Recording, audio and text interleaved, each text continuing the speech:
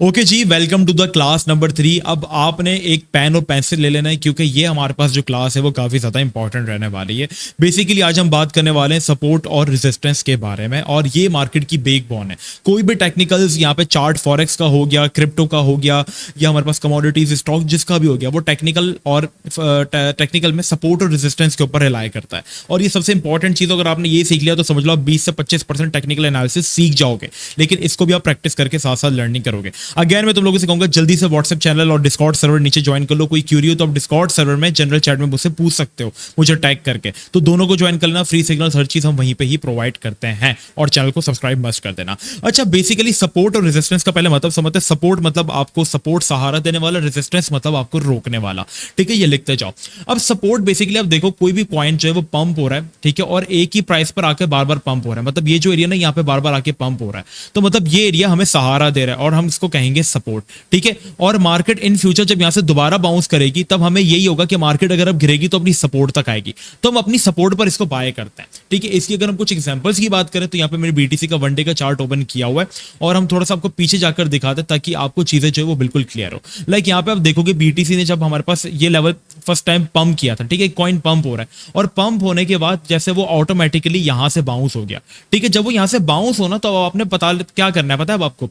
अब आपको यहां पर एक लाइन ड्रॉ करनी है। जैसे यहां से बाउंस हुआ, मैं एग्जांपल के तौर पर आपको पीछे करके दिखा देता हूं। यहां से बाउंस हुआ, ठीक है, अब आपने क्या किया, आपने देखा यार यहां से बिना किसी सपोर्ट के पहली बार बाउंस हुआ है, तो इन फ्यूचर समझ लो आपकी ये नई सपोर्ट बन गई, क्योंकि सपोर्ट वो होती है जहां पर बायर्स इंटरेस्टेड होते हैं। तो आप एक ट्रेंड लाइन बड़ी सी ड्रॉ कर लो और आप समझो कि भाई अब इन फ्यूचर भी अगर मार्केट आती है पंप होके तो वो अपनी सपोर्ट से ही बाउंस करेगी, जिसको हम कहते हैं सहारा, जो हमारी मदद करेगा। इसको आप दोस्त भी कह सकते हो।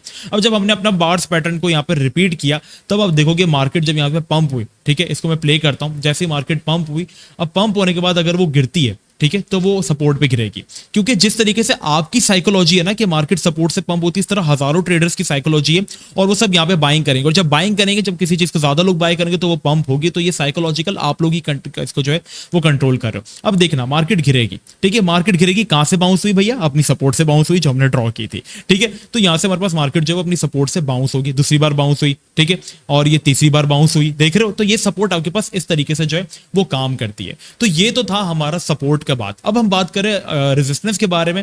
हमने देखा कि मार्केट जो थी वो एक पॉइंट से बार बार जो थी वो पंप कर रही थी, जिसको हम कह रहे थे सपोर्ट। ठीक है, लाइक ये जोन हमारे पास सपोर्ट था, ठीक है, ये जोन हमारे पास पूरा सपोर्ट बन गया। लेकिन एक जोन ऐसा भी है जहां से मार्केट बार बार गिर रही है, तो उसको हम कहते हैं रेजिस्टेंस।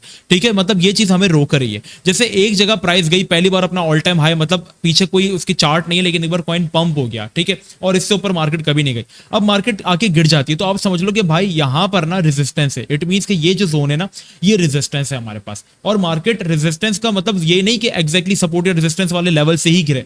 ये पूरा आप जोन ड्रॉ कर लो एक आधे परसेंट का, उसके आसपास से ही मार्केट जो है वो रिजेक्ट होना स्टार्ट हो जाती है। तो अगर मार्केट आप ड्रॉ इन कर लो और समझ जाओ कि भाई अब नेक्स्ट रेजिस्टेंस अगर मिली तो यहीं से मिलेगी, तो यहां पर आप सेल कर सकते हो। ठीक है, इसकी भी अगर हम लोग कुछ एग्जांपल्स की बात करें तो हमें इसके लिए बीटीसी के चार्ट में जाना पड़ेगा, और अभी बीटीसी हमारे पास यही कर रहा है। मतलब बीटीसी जब देखो आपने यहाँ पे पहली बार घिरा, ठीक है, तो हमने क्या कहा था कि इसके ऊपर नीचे 1-2% का मार्क रखना और इतना रेक्टेंगल ड्रॉ कर लेना। ठीक है, अब आप देखो जब हमारे पास एक बार मार्केट यहां से गिरी, ठीक है, एग्जांपल के तौर पे जैसे एक बार मार्केट यहाँ पे गिर गई, तो आपने क्या किया, आपने देखा कि यार यहाँ पे सेलिंग वॉल्यूम है। अब जैसे मैंने सपोर्ट है यहाँ पे, ठीक है, छोटी सी सपोर्ट है 4 आवर्स में आपको दिख रही होगी। मतलब यहाँ से मार्केट बाउंस हुई, दोबारा बाउंस हुई, मैंने कहा मैं यहाँ पे बाय कर रहा हूँ, अगर मार्केट दोबारा यहाँ मिली ना रेजिस्टेंस पे तो मैं सेल कर दूंगा। इसी तरह आपकी तरह बहुत सारे लोगों का पॉइंट ऑफ व्यू होगा कि मुझे यहाँ पे सेल करना है। तो यहाँ पर आप देखना जब मार्केट दोबारा बाउंस हुई तो कहां से गिरी? अपनी रेजिस्टेंस से गिरी। तो इस तरीके से सपोर्ट और रेजिस्टेंस काम करती है। मार्केट पूरी जो है वो सपोर्ट और रेजिस्टेंस के ऊपर ही रिलाई करती है, और सपोर्ट और रेजिस्टेंस समझ आ गया। बट अब हम समझेंगे कि what is support become resistant and resistance become support. ये थोड़ा सा एडवांस है, तो साथ साथ लिखते जाओ भाई।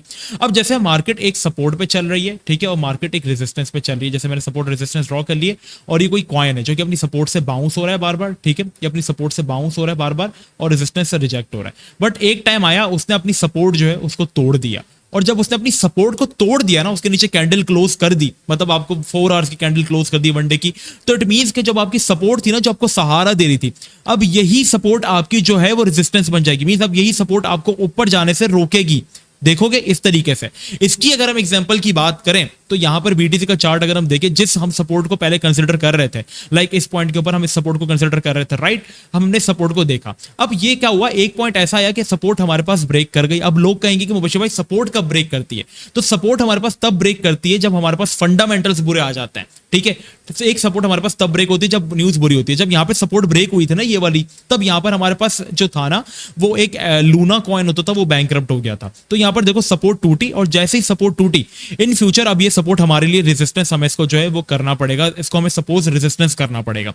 तो मार्केट यहां पे चल रही है, एक प्राइस एक्शन हमारे पास चल रहा है, ठीक है। लेकिन अब हमें याद रख लेंगे भाई यही हमारे लिए जो है एक इंपॉर्टेंट रेजिस्टेंस है। तो इन फ्यूचर मार्केट ने क्या किया, मार्केट आई, और जब अपने लेवल्स के ऊपर आई मार्केट, तब मार्केट ने क्या किया, आने के बाद लाइक अगर आप देखोगे तो यहाँ पे प्राइस एक्शन चल रहा है, तो यहाँ पे भी जब एक सपोर्ट मार्केट के अंदर बनी थी छोटी सी, तो जब इसने सपोर्ट अपनी बनाई थी और सपोर्ट को तोड़ा था, जब हमारे पास एफटीएक्स की बैंकरप्सी हुई थी, तब क्या हुआ, फंडामेंटल्स बुरे होने की वजह से सपोर्ट टूटी, मार्केट ने इसको रेजिस्टेंस कंफर्म किया और गिर गई, ठीक है। तो इस तरीके से सपोर्ट और रेजिस्टेंस वर्क करता है। फिर रेजिस्टेंस का भी ब्रेकआउट हो जाता है, और सेम जिस तरीके से सपोर्ट टूटने के बाद रेजिस्टेंस बन जाती है, इस तरीके से रेजिस्टेंस टूटने के बाद सपोर्ट भी बन जाती है।